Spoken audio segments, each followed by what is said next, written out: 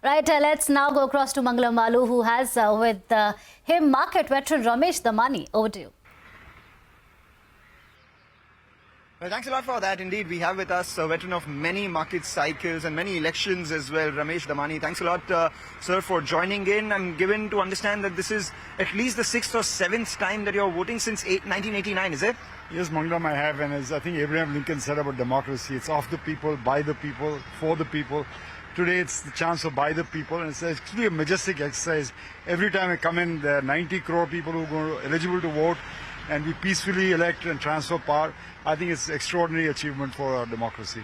Indeed, it is an extraordinary achievement for democracy and the way our economy has been growing. You know, for the time that you've been voting, can you tell us that what's the kind of impact that these occasions have on the economy for the next 5 years? There's policy, there's continuity of policy, all of those factors. I think market typically likes continuity of policy, and clearly they're voting this time for continuity of policy.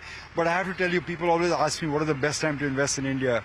And I always tell them 1991, when Manmohan Singh stepped up to the parliament and gave his benchmark liberalization speech, was the single best time to invest in India.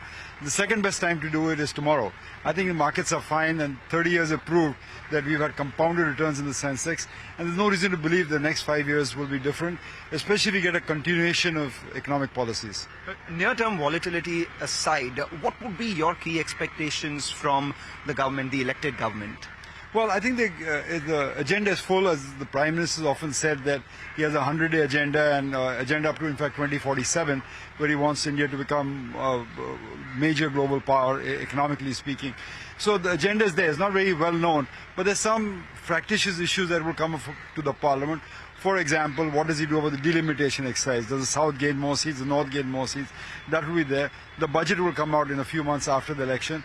That will be a huge mega event. I think what I understand, the Prime Minister wants to continue focus on his infrastructure, his Jal for Nal, his gas for everyone, those kind of policies. And I think there will be some changes to the direct taxes to make it much more easier for people to file taxes. So from a stock market standpoint, from an investment standpoint, what would you think would be the best themes to play this election and thereafter all the policies that you're speaking about? Well, if there's continuity of government, we can't say what a new government's policy would be.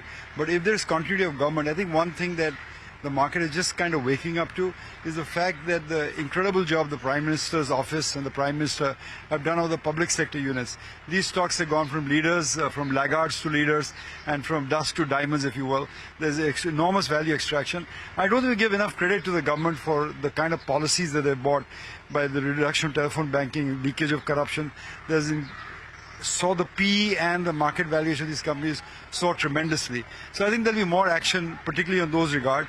And the infrastructure company, basic housing, water, power, renewable energy, electricity, will all receive the government's attention. So I think those are good themes to look forward to for the next 5 years. Despite the run-up, you think there is still more juice? I think so. Typically we find that in a bull market, the pendulum swings from unloved to overloved. I think we're somewhere in between right now. So I'm hopeful for those sectors. Right. Any risks that one should be careful about, and how do you protect your portfolio from any sort of accident, so to say? Well, you can't do that. You have to sometimes take the tide. I think some sophisticated investors do options and futures hedging. I don't typically do that. Volatility is what will happen, and that you can deal with. Now, June 4th, when the results are opened up, we'll have to decide which new government is coming in, and based on that, the market will reassess it. Market is now expecting a continuity of government, and if that happens, the market will continue on. In fact, the Prime Minister's gone on record as saying that he expects a bonanza day on June 4th, so you guys be ready. But if there's change in government, there will be extreme volatility. All right, we'll take that point. Thanks a lot, Mr. Damani, for always joining in. And I'll leave you with a promise that, as the Prime Minister said, on June 4th, there would be a bonanza day. You'll join us as well and speak about that. I will try, and here's my voting. Here's your vote. All right, with that, it's back to you guys in the studio. Right, thank you, Mangalam, for that update.